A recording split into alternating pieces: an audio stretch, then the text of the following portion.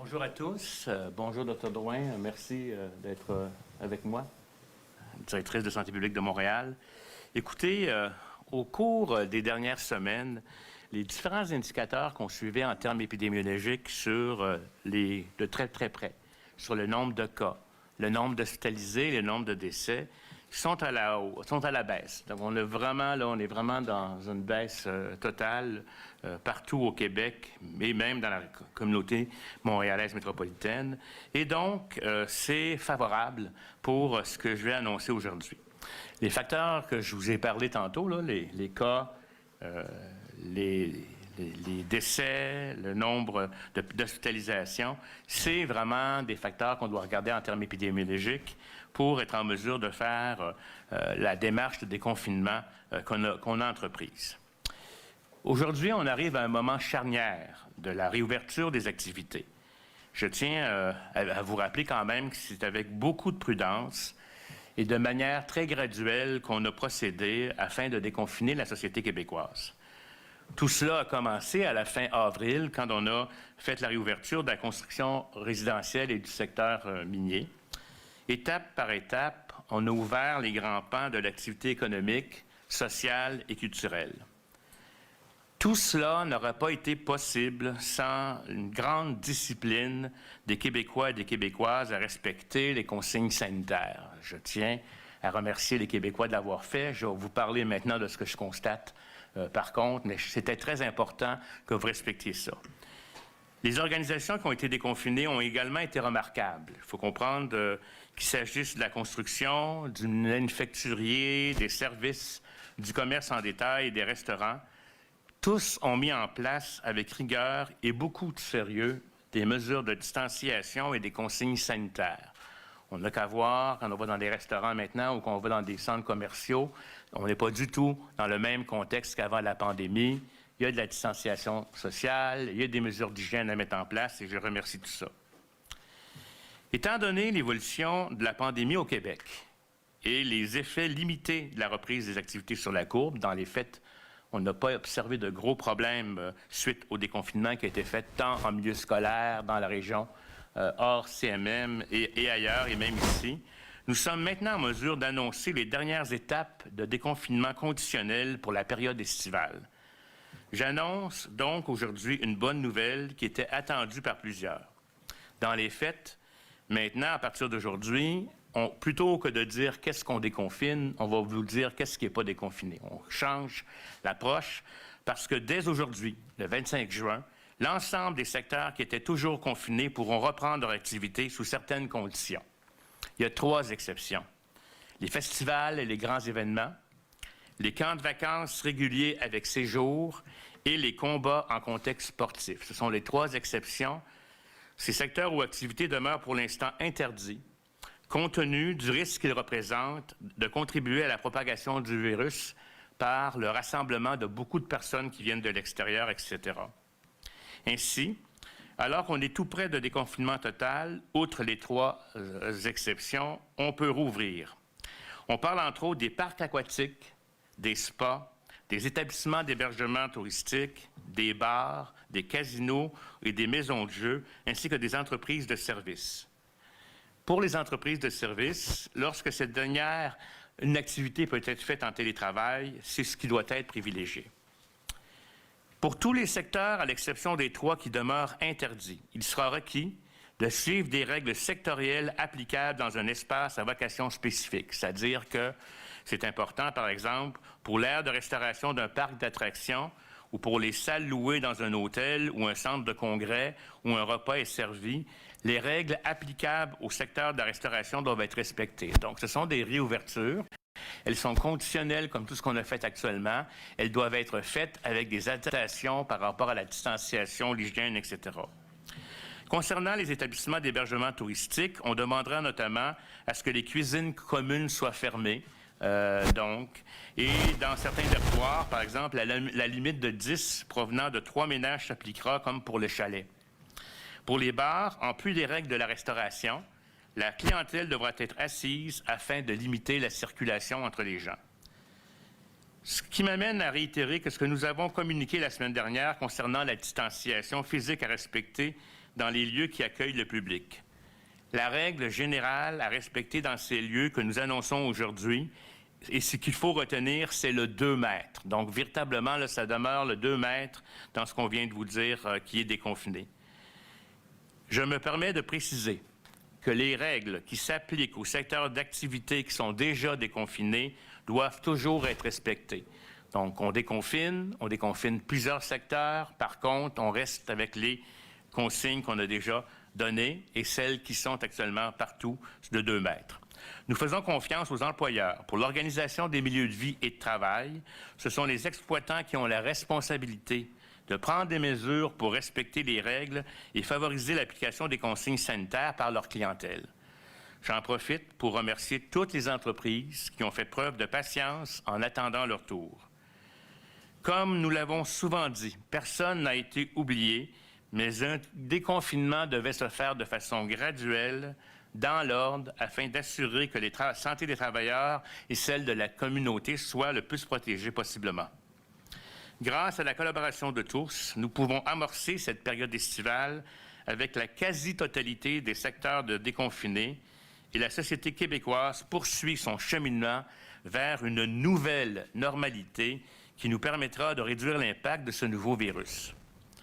Avant de terminer, j'en profite pour vous mentionner que le bilan des données de l'évolution de la COVID-19, qui était publié quotidiennement au Québec, sera dorénavant diffusé sur une base hebdomadaire au lieu de quotidienne, compte tenu de l'épidémiologie, du peu de nombre de cas et des fluctuations de jour à jour qui ne nous donnent pas une vraie idée de la tendance, alors qu'une fois par semaine, ça va être beaucoup plus stable.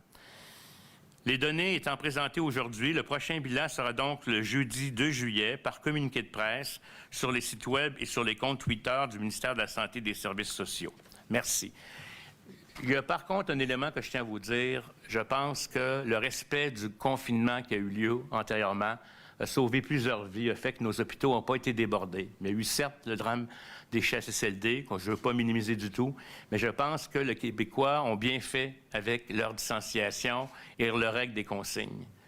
Je ne cacherai pas que je suis excessivement préoccupé par le fait qu'on sent un relâchement avec le déconfinement. Un relâchement, et c'est sûr, c'est l'été, il fait beau, on a été confinés.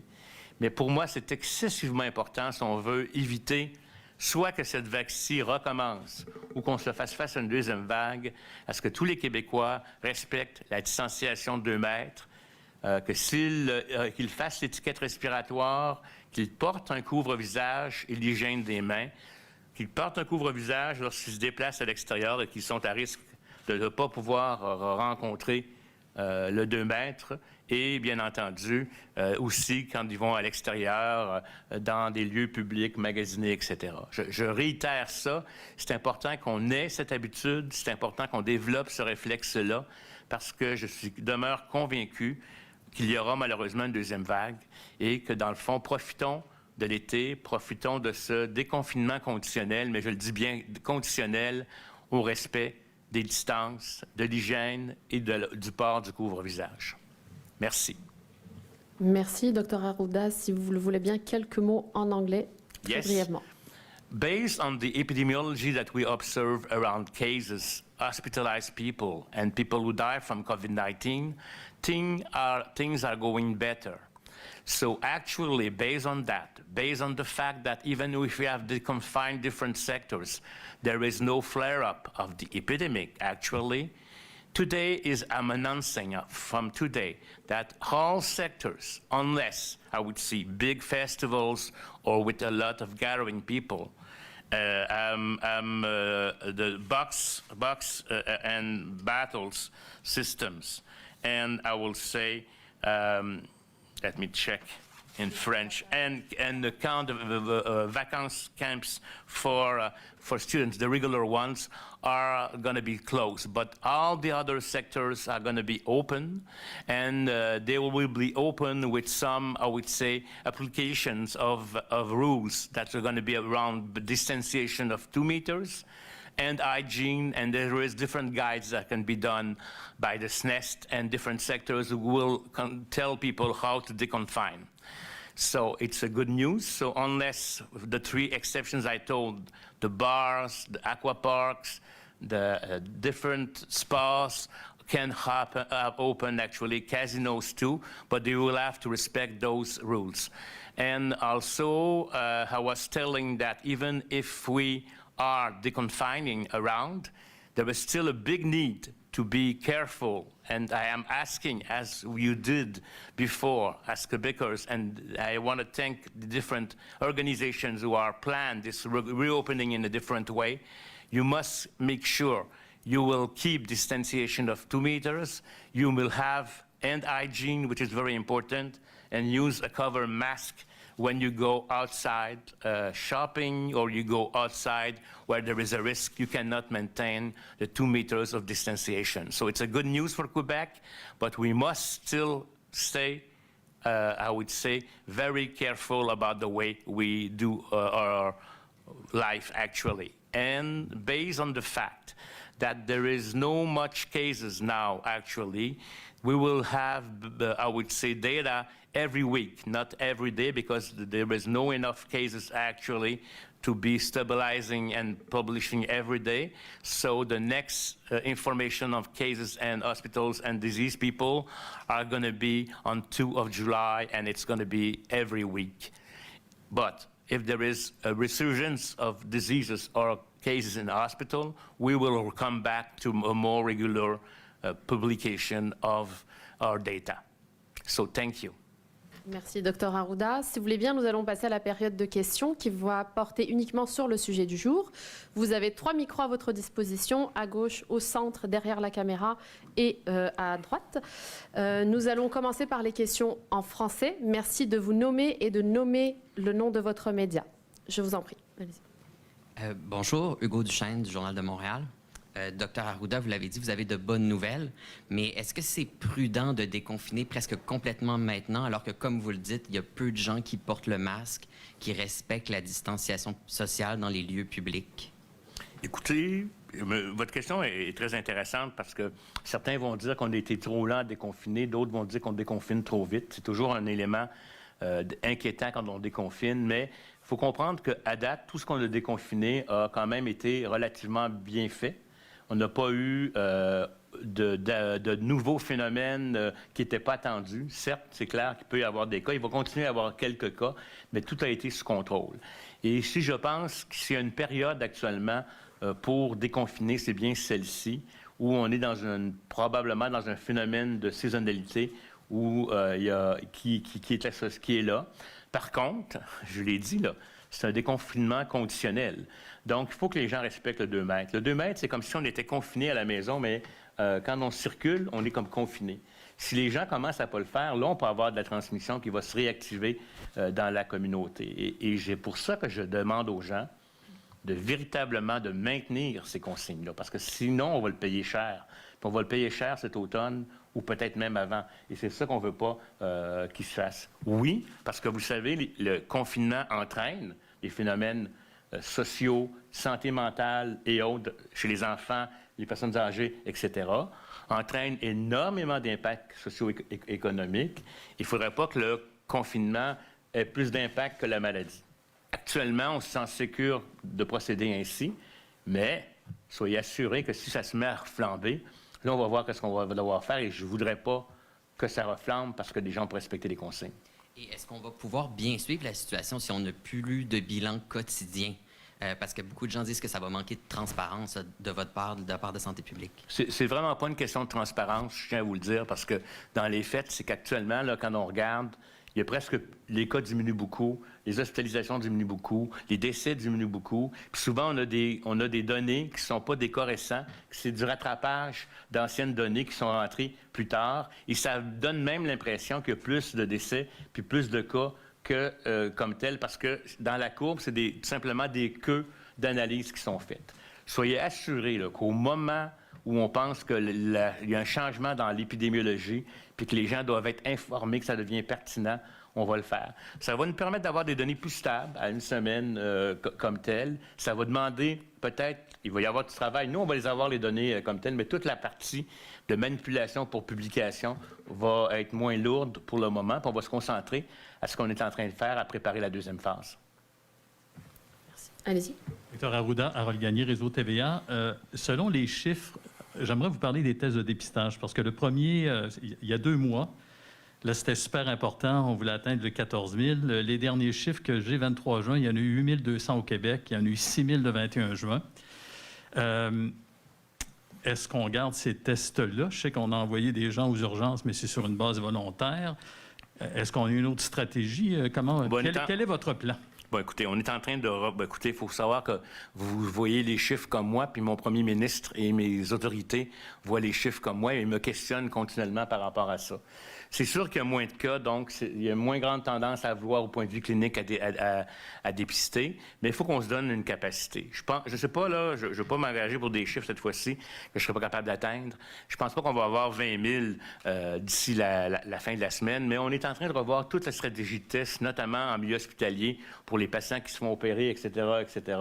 Et avec les équipes de santé publique, on va probablement aussi faire certains tests. Les gens sont moins au rendez-vous. Hein, les docteurs Drouin pourra peut-être en parler de la région métropolitaine, qui est une région où il y a eu quand même des dépistages avec des autobus, etc. Actuellement, les gens sont moins au rendez-vous, mais on va avoir des approches plus proactives au courant de l'été pour aller chercher certaines clientèles et se donner aussi un maintien de capacité pour être capable de réagir très rapidement. Docteur Drouin, peut-être de votre côté? J'ajouterais juste, parce que la stratégie de test est encore pertinente et il faut encore que les gens qui ont des symptômes ou qui ont été des contacts étroits pour la partie, je dirais, populationnelle, continuent d'aller se faire tester.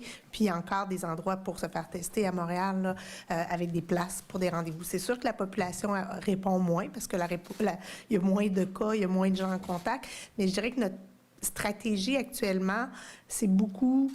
pour chaque cas, on a une approche très intensive d'enquête, de recherche de contact. Quand on a une éclosion en milieu de travail, on va rapidement tester les gens, envoyer les gens se faire tester. Donc, c'est beaucoup une approche où on éteint les petits feux, là, comme on se disait, mais il y en a beaucoup moins qui circulent dans la communauté. Donc, comme Dr. Arruda le disait, l'important, c'est qu'on ait cette capacité de test-là et qu'on soit capable, là, on est dans le creux d'une vague, donc dans le bas de la vague, mais qu'on soit déjà capable, avec tous les modèles qu'on a développés avec nos partenaires, que ce soit la Place des Arts, les unités mobiles, les sites satellites, de se dire, bien, advenant une hausse, on passe au niveau 2, on augmente les plages horaires, on développe des satellites à gauche, à droite. Et donc, on est déjà en train de mettre en place avec chaque CIUS cette stratégie-là pour être capable rapidement, non pas en une semaine, mais en une journée, de déjà être capable d'accroître rapidement la capacité, l'utilisation des tests, advenant que la situation épidémiologique le nécessite. Mais actuellement, là où on voit qu'il y a de la circulation du virus ou des milieux à risque, comme des milieux de travail, ou admettons qu'on a un service de garde dans lequel il y a 1 ou 2 cas, bien, nécessairement, on va rapidement envoyer ces gens-là se faire tester pour essayer de bloquer le plus rapidement les chaînes de transmission. Je me permets une autre question. Il semble y avoir un phénomène, je ne sais pas si vous l'avez remarqué, devant une clinique aujourd'hui, il y avait plusieurs personnes qui tentent d'aller se faire tester parce que ces personnes-là vont en vacances, vont voir des parents, des amis et craignent d'être porteurs, peuvent être asymptomatiques. Quand on est asymptomatique, si on se présente, on va dire non, vous ne pouvez pas passer le test. Alors, vous dites quoi à ces gens-là? Il semble y avoir un phénomène d'inquiétude de la part de certaines personnes qui prennent sur eux d'aller se faire tester, mais là, ils se font dire, bien, écoutez, avez-vous des symptômes? Non, j'en ai pas, mais j'aimerais savoir si je suis porteur. Est-ce que je risque de contaminer mes parents? Vous leur dites quoi? L'enjeu, puis le Dr. Drouin pourra le faire. Actuellement, on essaie de ne pas refuser personne. Je ne sais pas si les gens sont refusés, mais il faut comprendre que même si votre test est négatif, ça ne veut pas dire que vous n'êtes pas en train de devenir positif le lendemain. Puis ça dépend quand est-ce que le test est fait par rapport à la période où vous avez été contaminé. Ce n'est pas nécessairement une stratégie qui est recommandée d'emblée comme telle. Puis là, vous allez me dire, bien, c'est un peu incohérent parce qu'on dit qu'il y a des gens asymptomatiques. Mais quand vous regardez dans l'ensemble des personnes, là, comme telles, d'arriver au bon timing pour les personnes par rapport à leur maladie pour dire, puis ce que ça peut faire, c'est un effet de fausse assurance. Je ne sais pas si vous comprenez ce que je veux dire. On est négatif. Ah, je suis correct, je ne l'ai pas. Puis là, on a une fausse rassurance. Puis peut-être qu'on est en train d'incuber. Puis le test aurait été positif dans 3 ou 4 jours. Je ne sais pas si vous l'ajoutez. Et inversement, on ne veut pas non plus créer des faux positifs, là, parce que les conséquences d'un faux positif, dans un contexte où actuellement nos taux de positivité sont extrêmement bas, même dans des groupes pour lesquels on est avec des gens symptomatiques et des gens qui ont été en contact avec des gens malades ou des cas.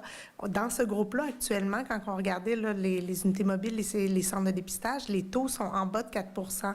Donc, on peut comprendre que les taux de positivité sont encore plus bas pour des gens qui n'ont aucun contact avec des personnes qui les mettent à risque. Et donc, si on a un faux positif, mais il y a des conséquences aussi pour la personne. Il faut qu'elle s'isole 14 jours, etc. Et évidemment, c'est pas dans les indications, je dirais. En plus des arguments de Dr. Arruda, là aussi, d'une fausse réassurance.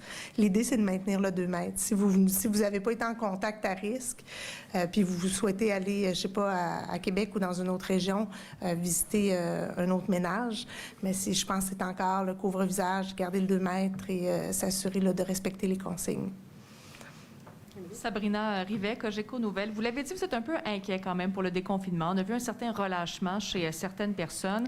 Le port du masque, maintenant, est obligatoire pour la Ville d'Ottawa dans les transports en commun. Nouveau-Brunswick, partout dans les transports en commun. À Toronto, ça s'en vient. Via Rail, c'est déjà là.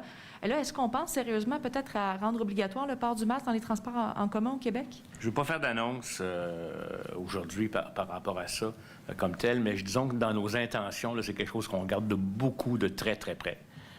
Je dois vous avouer que le relâchement actuel, puis vous savez, moi, on aime mieux convaincre que contraindre, parce que quand on contraint, il y a des gens qui vont réagir de façon négative. Il faut faire attention à ceux qui n'ont pas les moyens, pas les moyens financiers, mais qui n'ont pas nécessairement les moyens d'avoir le masque quand il est obligatoire. Mais on va voir ce qu'on fera avec ça.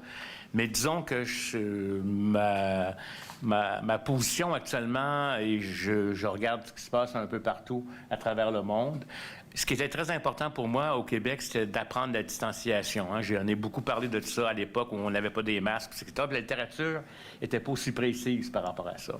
Après ça, ça a été d'apprendre aux gens aussi de se laver les mains. Ça, c'était bien important pour moi parce que même si on met un couvre-visage, la distanciation, se laver les mains, c'est important.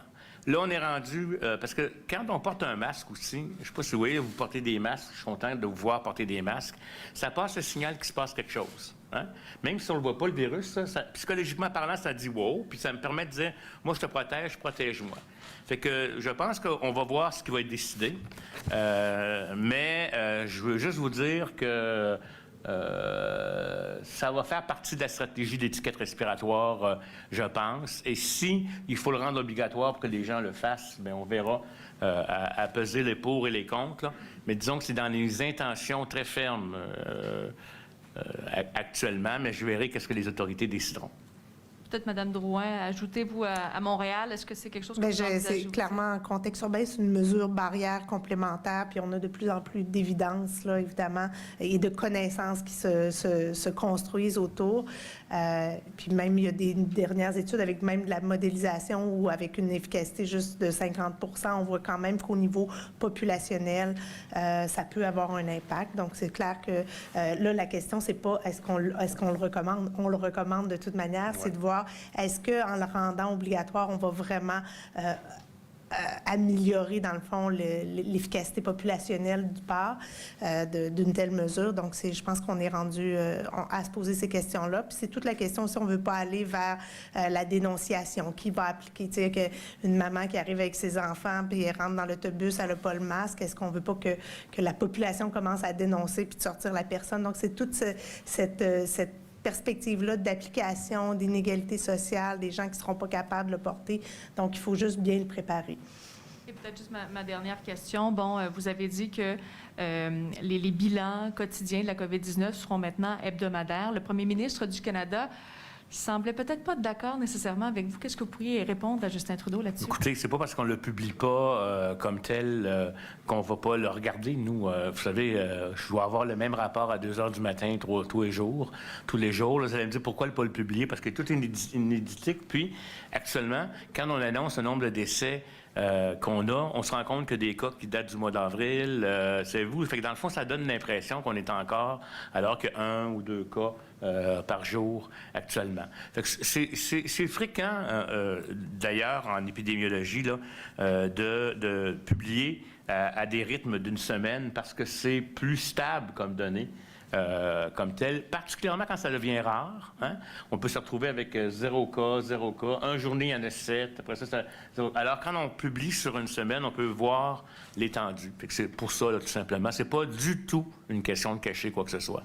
De toute façon, si la donnée vient et la donnée pour venir dire aux gens, regardez, c'est en train de recommencer, là, c'est sûr qu'on va la rendre publique.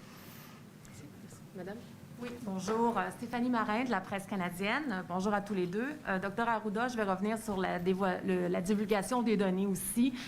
J'ai écouté les raisons que vous avez données, mais considérant que vous craignez un relâchement, que vous êtes convaincu qu'il y a une deuxième vague, vous ne croyez pas que les citoyens ont un intérêt à pouvoir surveiller de près, plus qu'une fois par semaine, s'il y a une éclosion quelque part dans une région, dans un CHSLD?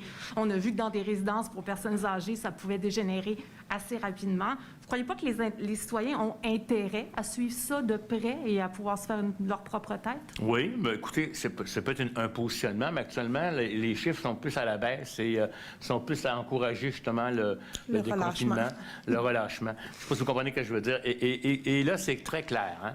C'est une situation d'intérêt public à un endroit ou quoi que ce soit, puis qui est importante qu'elle va être communiquée, elle va être communiquée. Là. C'est pas parce qu'un rapport ne sort pas aux journées qu'il va sortir une fois par semaine pour laisser aussi un peu plus de répit aux gens par rapport mais on va voir à l'édition, etc. Mais soyez assurés là, que s'il y a un phénomène particulier ou qu'on revoit une hausse en train de remonter, soit une transmission communautaire dans un secteur ou etc., les gens vont être au courant. Je veux juste que vous soyez bien clair là-dessus. Vous avez mentionné à 2 reprises que parce que les données étaient souvent, vous arrivez un peu tardivement, que vous annonciez des décès qui s'étaient produits il y a un certain temps, puis que ça donnait l'impression qu'il y avait eu plus de décès. Est-ce que c'est ça qui vous inquiète dans les faits, que des décès soient rapportés, puis qu'on compare entre les différentes provinces, puis qu'on dise, il y en a plus au Québec qu'ailleurs? Non, c'est pas du tout ça. C'est carrément à cause de la baisse du nombre de cas. C'est comme si je vous dirais, là, à cause de la baisse du nombre de cas, pour voir un portrait de ce qui se passe comme tel, ça prend un peu plus de temps. C'est comme dans certains territoires, par exemple, si vous avez une petite quantité, sortir à chaque jour. Je vais vous donner un exemple. Un des tableaux qu'on produisait qui était sur notre site Internet, on mettait par arrondissement les variations de taux, mais les chiffres étaient tellement petits que des fois, c'était comme plus 100% ou plus 150, mais c'était des très petits chiffres. Donc, au niveau épidémiologique, ça voulait rien dire. Et des fois, ça faisait qu'alarmer l'arrondissement ou la municipalité. Donc, tout ça, plus on arrive avec des petits chiffres, puis même dans notre façon de suivre la courbe épidémique, souvent, on va même amalgamer sur des 3 jours ou des 5 jours pour être capable de bien voir les tendances. Donc, c'est des façons de faire, là. Et plus les chiffres sont petits, plus on peut se permettre je pense que c'est pas pour cacher de l'information à la population. Au contraire, je pense que si une des choses qu'on sait, c'est d'être transparent, c'est ce qui nous amène à avoir l'engagement de la population. En même temps, des fois, ça a un effet pervers. Soit tout va bien, donc on relâche, ou on a eu aussi... Peux-tu arrêter de parler de la COVID? On est en train de faire ça a tout un impact sur la santé mentale des gens et tout ça. Donc, je pense que, il y a plusieurs volets, mais ici, la décision, ce que j'en comprends, elle est faite dans une perspective d'analyse épidémiologique et avec des plus petits nombres. Là. Si vous me permettez, c'est pas une décision politique, c'est pas une décision pour cacher quoi que ce soit. C'est une décision pour qu'il y ait de la stabilité dans la donnée, à mon avis, puis qu'on ait un plus meilleur portrait en fonction de ça. Monsieur? Oui, bonjour à vous deux, Guillaume Lepage du Devoir. Docteur Arruda, la ministre McCann et la sous-ministre ont été remplacés récemment. Votre contrat à vous, sauf erreur, arrive à échéance le 31 juillet. Je vous pose la question, je me permets de poser la question. Est-ce que vous voulez continuer? Surtout, est-ce que vous trouvez que votre gestion de crise mérite que vous conservez votre poste pour le gouvernement? Bon, écoutez, pour ce qui est de si je mérite de conserver mon poste pour le gouvernement, ça sera au gouvernement à prendre ses décisions. OK? Moi, personnellement, par rapport au fait que personnellement, si on me pose la question, là, J'aimerais bien pouvoir continuer à appliquer la santé publique dans le contexte d'une deuxième phase. On a tiré beaucoup de leçons. On a appris beaucoup de choses sur ce virus-là. Je trouve que le drame principal au Québec, ça a été la crise dans les CHSLD. On le conçoit. Dans la communauté, par contre, on ne s'est pas retrouvé dans une situation comme en Italie ou ailleurs. On a réussi à diminuer la circulation de façon importante dans la communauté. Moi, écoutez, comme je vous dis, je respecterai la décision du gouvernement. C'est à eux. Je suis pas un poste politique, je suis une nomination par le Conseil des ministres et on verra quelle décision il prendra par rapport à ma carrière. Je ne m'imposerai pas si je ne suis pas désiré, ça c'est clair. Mais si on me demande est-ce que je veux encore relever le défi, je pense que oui. Merci. Madame. Bonjour, Marie-Laure Josselin, Radio-Canada. Première question concernant donc la réouverture. Pour les bars, comment ça va se passer? Et j'essaie de comprendre la logique. Oui, pour les parcs aquatiques où il y a beaucoup de foule, mais non pour les festivals où il y a beaucoup de foule aussi. Bon, écoutez, il faut comprendre que dans les festivals, il y a souvent beaucoup plus de personnes. Les gens circulent, bougent beaucoup, proviennent de différents endroits. Les parcs aquatiques vont réouvrir, mais avec des conditions de distanciation de 2 mètres en tout temps. Dans le parc aquatique. Dans la piscine à vagues aussi et tout ça. Oui. Distanciation, oui, mais ça va être ça, la condition. Distanciation avec 2 mètres en tout temps. Augmentation de la fréquence d'hygiène des endroits. Probablement des suggestions comme dans les piscines. Est-ce que les gens arrivent déjà habillés et prennent pas nécessairement de douche sur place, etc. Et tout ça est encadré. Et donc, quand on regarde l'analyse de tout ça, quand on regarde les rassemblements, pour la fête, où les gens chantent, où les gens sont dans un festival, etc. Les gens parlent, les gens chantent, interagissent beaucoup. Et quand on fait l'analyse des risques, si on maintient le 2 mètres, je vous dirais, dans un parc aquatique, qu'on applique les mesures d'hygiène qui sont là, puis c'est un 2 mètres obligatoire, c'est pas autant que faire ça peut. Fait que ça à ce moment-là, c'est aussi, si vous me permettez, souvent, pas nécessairement, mais souvent des gens plus jeunes qui sont moins à risque d'attraper la maladie. C'est pour ça que ça a été permis. Et pour les bars, comment ça va se passer? Bien, pour les bars, eux autres vont réouvrir avec des contraintes comme pour les restaurations, avec le 2 mètres de distance entre les gens qui ne sont pas issus d'une même bulle. Et puis, ils vont devoir être assis et non pas debout pour éviter la circulation. Exactement. Mon autre question, c'est Justin Trudeau, ce matin, à propos du classement de l'OCDE, a dit que les provinces ont échoué à prendre soin de leurs aînés. Le classement, évidemment, je pense que les chiffres du Québec jouent dedans. Vous répondez quoi à ça? Écoutez, c'est clair. Je ne peux pas dire qu'il n'y a pas eu un certain échec à la quantité de personnes qui sont décédées. Et il y a, là, la cause exacte de ça, elle est complexe, elle est multiple. Je ne veux pas accuser ou quoi que ce soit, mais il y a eu, par exemple, bombardement plus grand au Québec à cause que les frontières avec l'Europe ont été plus tardivement fermées, comparativement à la Colombie-Britannique avec la Chine, mais il y a aussi un modèle d'organisation de service, une pénurie de main-d'œuvre qui était présente déjà au départ avant la COVID-19. C'est venu accentuer.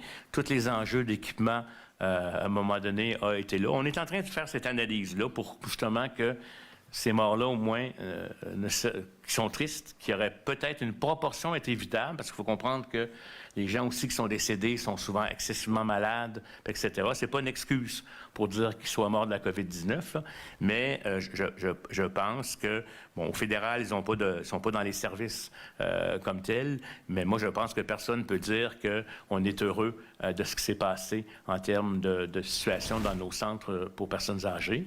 Par contre, dans la communauté, le travail a eu lieu. Puis je pense qu'il y a des grandes leçons. D'ailleurs, c'est pour ça qu'il y a un programme de formation qui veut former 10 000 préposés aux bénéficiaires pour être présents dans les CHSLD. Et ce que ça démontrait, c'était qu'il faut peut-être qu'on se pose comme question, comme société, comment on prend soin de nos personnes âgées, dans quelle infrastructure elles sont placées et le bon ratio de personnel par rapport aux personnes et les pratiques, bien entendu, de prévention et contrôle des infections.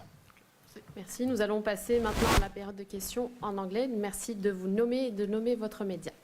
Rob Lurie from CTV News. Can you just tell us how things are going to unfold in bars and in the water parks? I take it in bars, is it going to be no dancing in bars, fewer people, that type of thing? Exactly. Everywhere, like in restaurants, like when you go to shopping, you have to wait outside, not getting in, hygiene. So that's going to be a new kind of bar, if I can say. People can be meeting together. They're going to be, if you're not from the same family, 2 meters from each other. There's going to be people are going to be sit for having their drink, like in restaurants, but they will have no dance and no, will not try to be upstairs, not upstairs, I'm sorry, debout. Standing up. Standing up, because then they're going to walk and everything, and there's going to be a better hygiene in the sanitation, in the washrooms and toilets. So bars are going to basically become sort of like restaurants for drinks, where everybody is sitting, and they're no longer going to be as crowded. I think so, because this is a problem. The crowding is one of the problems that we can have coming back. Actually, the circulation is low, but it can come back as in August or September, I don't know. And if there is crowding in bars, where it's going to be difficult to find back who was there and to be able to do a contact tracing and everything. So it's why we want to protect people by distancing by 2 meters, and that is the condition. I also wanted to ask you about that study that my colleague was asking you about, that new study that came out that said Quebec and Canadian long-term care facilities had twice the death rate as long-term facilities in other parts of the world. What went wrong here?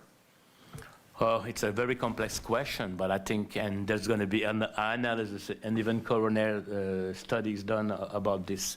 I think it's a complex situation. It's related to, first of all, there was a problem of staffing before the crisis already. So imagine with COVID-19 needing more and more people. People were, because of staffing problems, they need services. And so some healthcare workers went from one side to another one, working not only in one place. There is some issues in the field, I would say, with perhaps some material of protection, and there was some issues of the knowledge, I would say, of those workers about good prevention and control infection. So that's a cumul of different factors, and the fact, too, that we have been bombarded by a lot of cases coming from Italy, France, New York, and everything here in Quebec with the semaine de relâche was a factor who make, I would say, more fire that could go on those centers. Gloria Enriquez, please go ahead. Good afternoon. My question is, a group of teachers and doctors have started a petition requesting social distancing and bubbles be eliminated in schools when kids return in the fall. They say the current rules are damaging and too restrictive. Will you consider changing these rules? They are too restrictive? They want to stop any bubbles and make everybody's mixing up? I think that we will look at what is going on with the literature and how it's going to be approached. Actually, the decision is to keep that as a good balancing on the risk versus the social aspects with kids. So we will take that into account, and we have been basing our model based on experiences coming from other countries with those bubbles and everything. But I think it's probably at the moment a prudent approach. But if is it too much prudent, we will evaluate that again when things are going to happening. Perfect. And I have a second question as well. So you're deconfining, basically this is the final phase of deconfining, but you also mentioned that you were very worried about how people seem to be relaxed around the rules.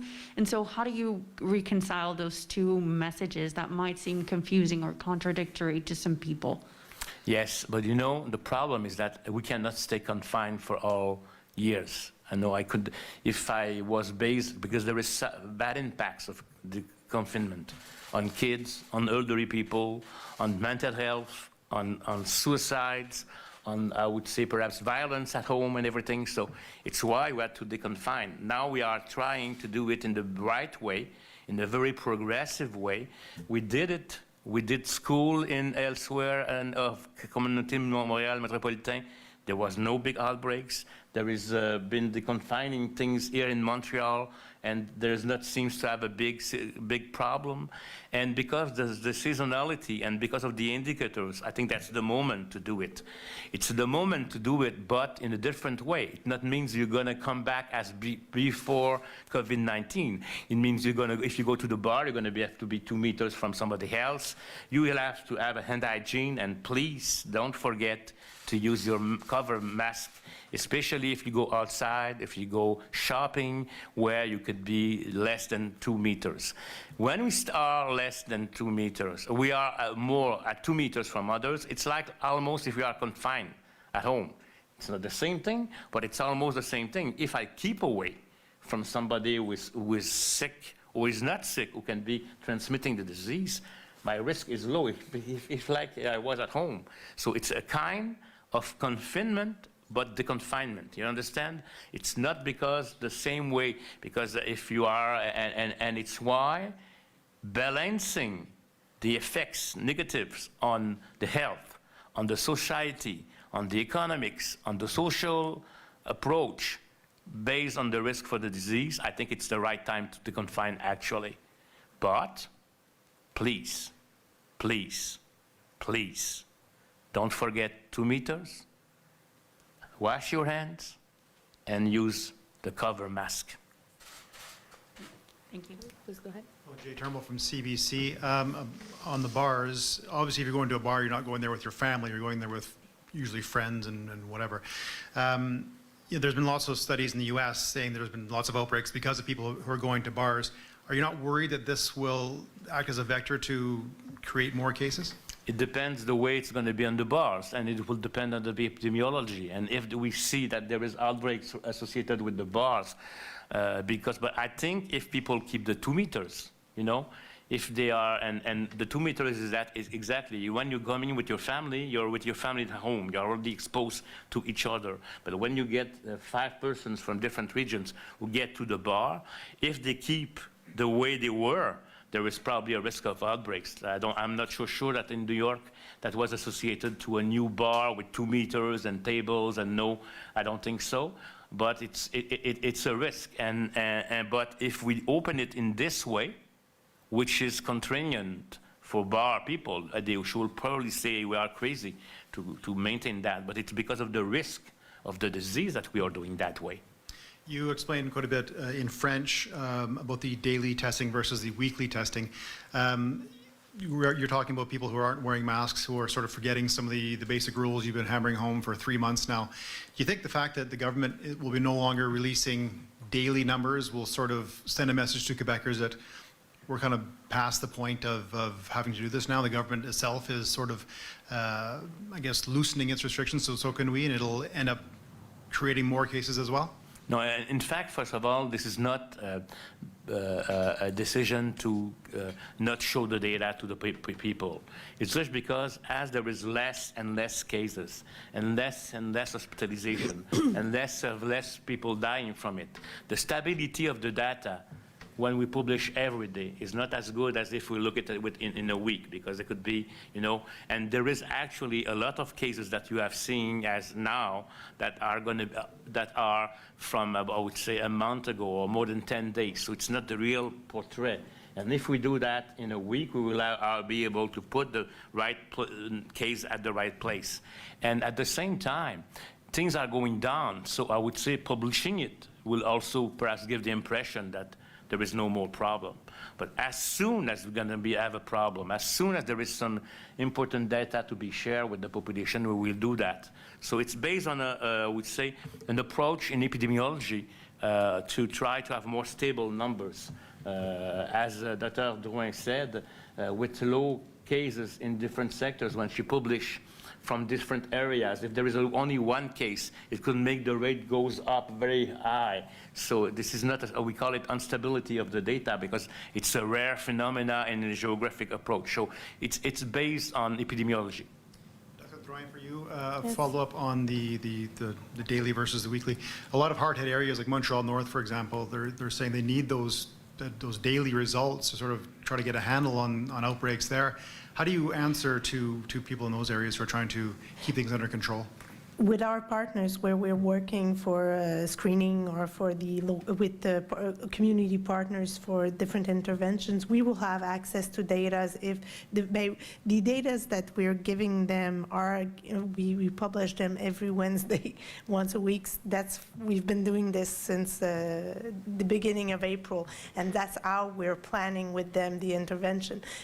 Of course, if with the few cases that we have, if we have an outbreak in a workplace or in a kindergarten, of course we're going there and we're doing our intervention in the same day. And if we have to be in contact with the partners of this locality, we will do it in the same day.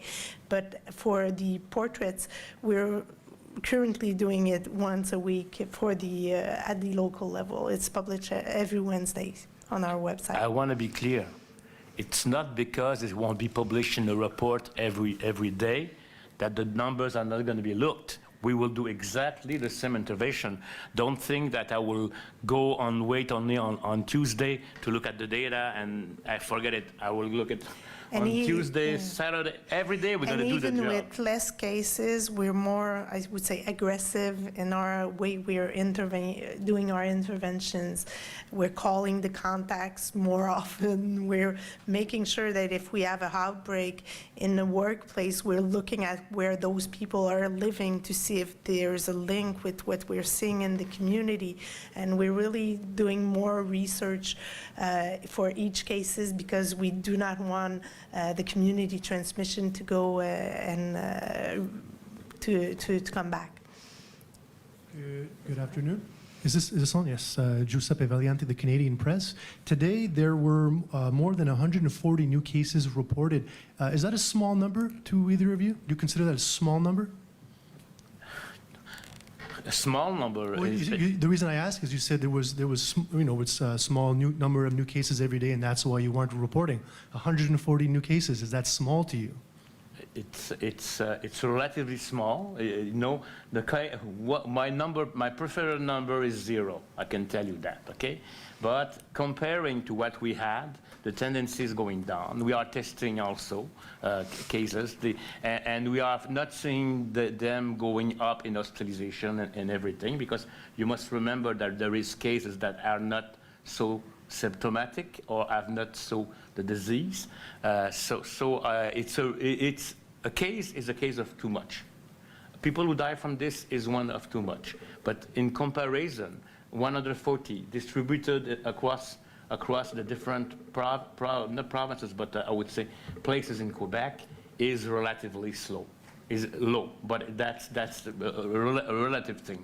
And this decision came right after there was a change in health minister. So Christian Dubé is now there. Is there any connection? And whose decision was this? It was a decision of public health and with the government on the communication approach, but that was a decision of public health. And it has no relation. So it was your decision? Yes. And even with I would say, my experts from the Institut National de Santé Publique. There is don't think that we want to hide any information. That's not really the thing. It's just to making sure that we will have a portrait that with these low numbers, we will be more stable and more easy to interpret. And a very quick question on bars. You talked a lot about bars, but didn't mention clubs, and I would imagine that's interchangeable. Clubs and bars, it's the same thing. Exactly, but they will have to respect like the restaurants and everything. And exactly. what about strip clubs, though, and like private dancing and dances? Will strip clubs be allowed to open? In fact, they will have to keep the 2 meters distanciation. So if someone needs a glass, they will have to, the rules are going to be the same, you know. We are not doing any morality type of approach. The rules are going to be the same as soon as they can keep the 2 meters in between persons and no physical contacts and things like that. That's going to be I hope that the operators will respect that, and the clients too. So dances are okay, but 2 meters away. If you can imagine. Please. I would tell you it was not necessarily the I didn't make a big reflection on this specific one, and I don't know how it's organized, but 2 meters can be not so far. It's 2 meters. Elizabeth Zogales, CJAD. Sorry, another question about the numbers. You're moving from daily to weekly, which I guess fine, but if you have a lot of criticism about it, or if the numbers start to go up, are you going to go back Yes. to daily? Yes. Okay. As soon as we see there is a tendency that it's going up, and no, we will. It's really related to where we are. It's the epidemiology makes the numbers less, and as Dr. Drouin said, already for different sectors, she publishes once a week because of the stability, because if you do it every day, one day there is one case, in one sector it's going to be terrible, and the other day it's going to be no cases, and then if you look at in a week, that was a normal fluctuation. Okay, because Quebecers have kind of looked at those numbers, they trust the government because of those numbers. Do you find that taking that away is not, it's like Quebecers look at it as motivation. Every day they see it go down a little bit, so they think, oh, we're still doing okay, we're still doing okay. Taking that away from them, do you think? That, but, and some could say, oh, there is no more, so I won't be, you know, it depends how you interpret that, but it's I'm telling people, be wary, okay? Have a good summer, relax, have good vacation, needed, but don't forget COVID-19 is there. So, distancing 2 meters, wash your hands, and use cover masks. And the cover mask will also remember us, there is something going on. There is something going on. It's not a normal summer. Even if it's a wonderful summer, it's not a normal summer. So it's why I'm thinking, and I'm not so sure that only the numbers who are going to be the motivation. For some, it could say there is no more, and for some, but be reassured that as soon as there is things, and it's not meaning that we are taking a week and working only on Tuesday. No, we're going to do the same job as we did. It's only the communication that needs time that will stop, because even people, some are happy to know, and some could not even heard about COVID-19.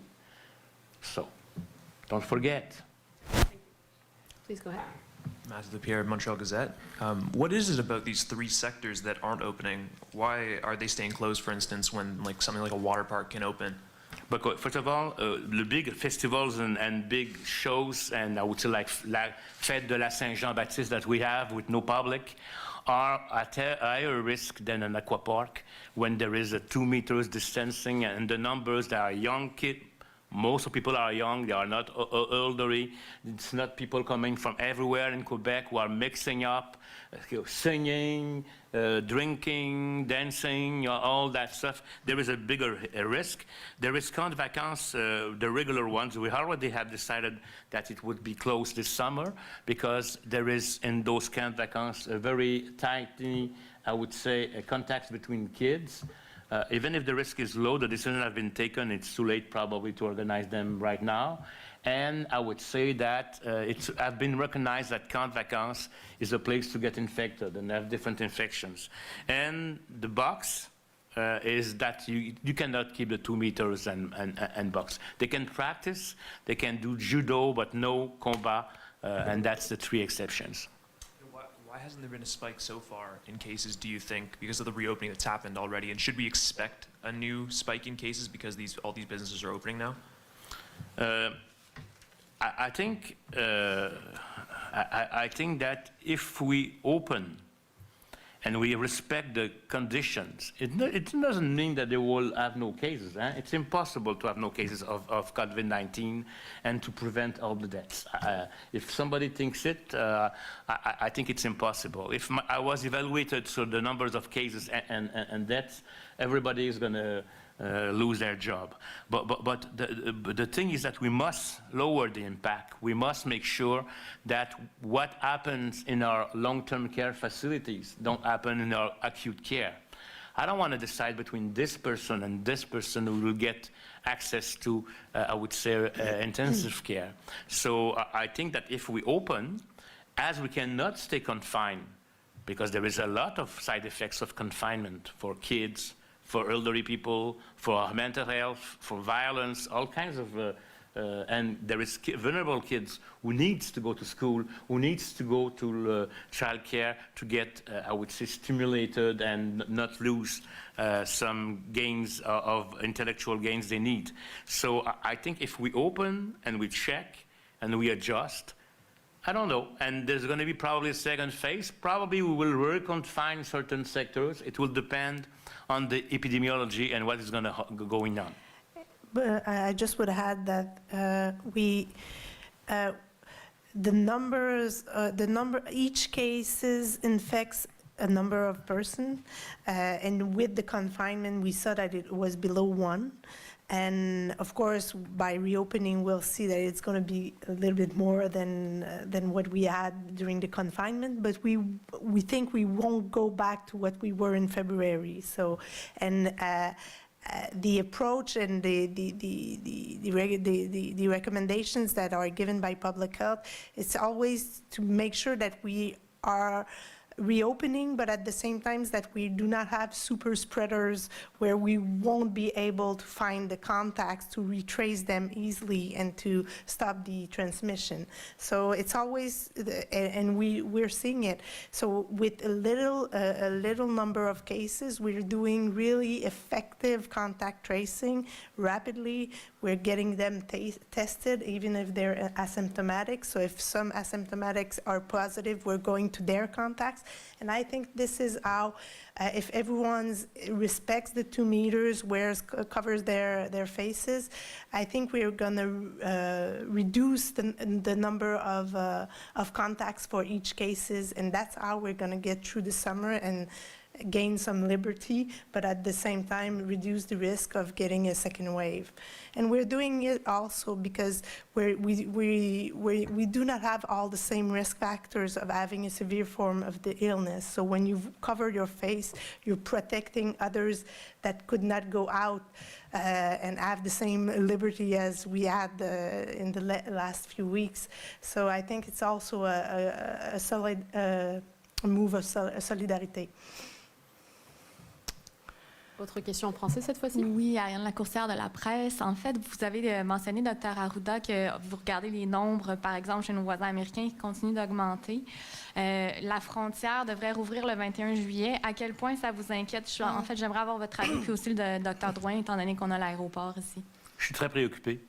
Je ne vous le cacherai pas. Parmi les conditions de déconfinement de l'OMS, il y en a une qui s'appelle le contrôle de vos frontières. Et avec ce qui est arrivé, je vous dirais, avec le retour de la semaine de relâche le 9 autour du mois de mars, et qu'on avait des cas qui sont allés en Italie, qui sont allés faire du ski en France, qui ont attrapé la maladie là-bas. D'ailleurs, la première éclosion de la région de Sherbrooke venait de voyageurs comme tels, de travailleurs de la santé. Moi, ça me préoccupe beaucoup. Ça me préoccupe aussi parce que, particulièrement un État qui s'appelle la Floride, où les Québécois adorent aller, puis il y en a qui se sont dit ils n'ont pas pu y aller cet hiver, ils ont le goût d'y aller cet été. Et ça, vraiment, là, ça me préoccupe beaucoup. Je vais vous avouer que je vais avoir des discussions avec mes homologues, je vous dirais, du fédéral et des autres provinces pour voir un peu qu'est-ce qu'il y en est. Et puis la côte Est, vraiment, là, au sud, côte Est, là, c'est vraiment très chaud et c'est en pleine activité. Fait que c'est pas, moi, je ne vous conseille pas d'aller dans ce coin-là de ce temps-ci. Les frais de santé aussi là-bas vont être excessivement dispendieux. Je pense que vous êtes mieux de profiter du soleil du Québec que d'aller vous exposer à celui de la Floride. C'est ce que je vous dis. Je suis préoccupé que les gens y aillent, reviennent, ne s'isolent pas. Aussi, on verra qu'est-ce qu'on va faire. Là. Je peux vous dire que le Dr. Drouin l'avait envoyé au mois de mars dernier à l'aéroport toute une équipe là, pour aller sensibiliser les gens, mais c'est une situation qu'on va suivre de très, très près. Ça veut peut-être dire de la quarantaine, mais de la quarantaine surveillée, des gens qui vont devoir aller se faire tester, etc. Donc, c'est plein de stratégies advenant que ça réouvre. Mais on voit même aux États-Unis qu'entre États chaud et États plus froids, il commence à y avoir aussi des mesures, comme New York est en train de mettre des mesures très strictes par rapport à certains voyageurs qui arrivent d'États dans lesquels le contrôle est moins là. Donc, ça va être important de regarder comment nous, avec les différents scénarios, ouverture ou pas ouverture, comment on va remplir cette condition-là de l'OMS, qui est celle de contrôler l'importation des cas, là, les cas importés. Petite dernière question sur les CHSLD. Il y a moins de cas là, qui apparaissent à chaque jour, mais il y en a encore plusieurs qui apparaissent dans les CHSLD. Est-ce que la situation est contrôlée? Actuellement, les situations sont contrôlées là, parce que ça demeure des situations, comme je l'ai dit, ça va être impensable de penser que ça n'arrivera jamais. Mais les situations sont dans un élément de contrôle. On n'a pas d'endroit où on est en perte de contrôle total. Ça ne veut pas dire qu'il n'y aura pas d'autres cas secondaires, mais il n'y a pas de cas là, comme on a vu à un moment donné où on n'était même plus capable de savoir comment il y en avait exactement. C'est sûr que les équipes sont mieux équipées, là, les zones chaudes sont déjà identifiées et tout ça, donc chaque cas est bien scruté à la loupe, là, puis les équipes sont en train de bien contrôler là, les restants d'éclosion, comme on dit. Ceci met fin à la période de questions. Je vous remercie de votre attention et je vous dis à bientôt. Au revoir. Je vous souhaite à tous d'excellentes vacances si vous prenez des vacances. Et je vous souhaite à tous de continuer à porter votre masque. Vous le faites très bien. Je suis très content d'être dans un auditoire. Je ne sais pas si c'est moi qui vous fait peur, mais faites-le aussi. Je pourrais vous recroiser dans la rue. On ne sait jamais.